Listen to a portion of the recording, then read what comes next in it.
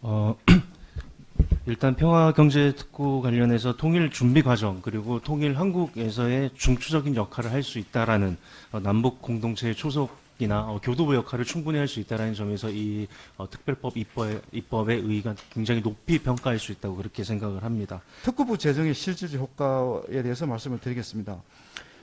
사실 지금 그 다양한 연구자들이 이 통일경제특구를 조성했을 경우 어떤 경제 효과가 있는지에 대한 연구를 지난 한 10년 동안 해온 것 같습니다. 특히 이제 경기연구원 연구 결과를 저는 좀 주목을 하고 있는데요.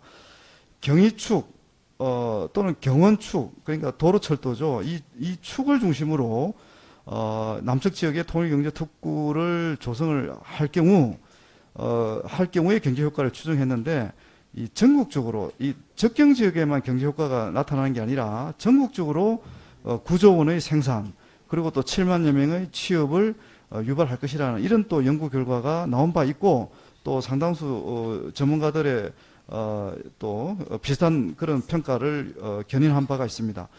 파주 문산 지역은 경제협력, 산업단지, 물류 이런 기능으로 특화가 되고요.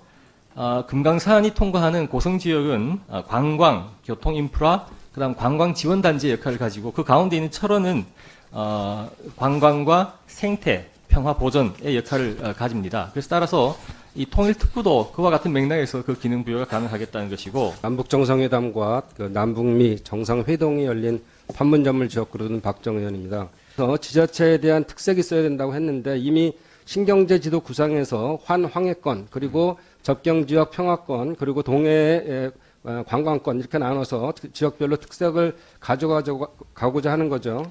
예, 이미 그 각 지자체 차원에서 가장 경쟁력 있고 또 부가가치를 높일 수 있는 그런 그 사업 아이템 중심으로 경제특구를 평양경 특구를 만들 그런 준비를 해왔습니다. 일반 특구하고의 차이가 뭐냐 이렇게 물어보셨지만 이거 분명히 남북 경제 공동체를 나중에 목표를 두고 하기 때문에 다른 특구와는 다르고, 따라서 국토부 장관이 아니고 통일부 장관이 주부서가 돼서 통일부가 주부서가 돼서 진행하는 법이잖아요.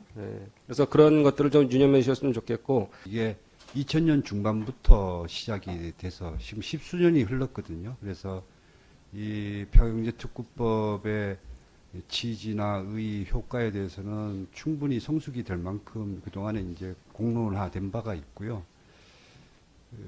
또 그동안의 과정을 보면은 이 법안에 대해서는 지금 뭐 여야 의원님들이 거의 뭐 가리지 않고 제기를 해왔던 사안입니다. 그리고 그동안에 이제 부분적으로 부처 간의 이견이 좀 다소 있었는데 모처럼 통합조정안이 나왔거든요. 그래서 어렵게 이제 여기까지 왔으니까 이번만큼은 좀 통과가 됐으면 좋겠다는 입장을 갖고 있습니다. 네. 정말로 이 법은 접경 지역에 사는 모든 주민들의 오래된 소망입니다. 그런 지금 준비하지 않으면 늦는다 전 생각하고 있고, 그동안 15년이 걸렸습니다. 이 15년에 대한 것들은 그동안 충분하다, 시기상조가 아니다 고 생각하고요. 지금부터 준비를 잘해서 우리 이정현 의원님 말씀하신 것처럼 접경 지역의 혜택만이 아닌 우리 전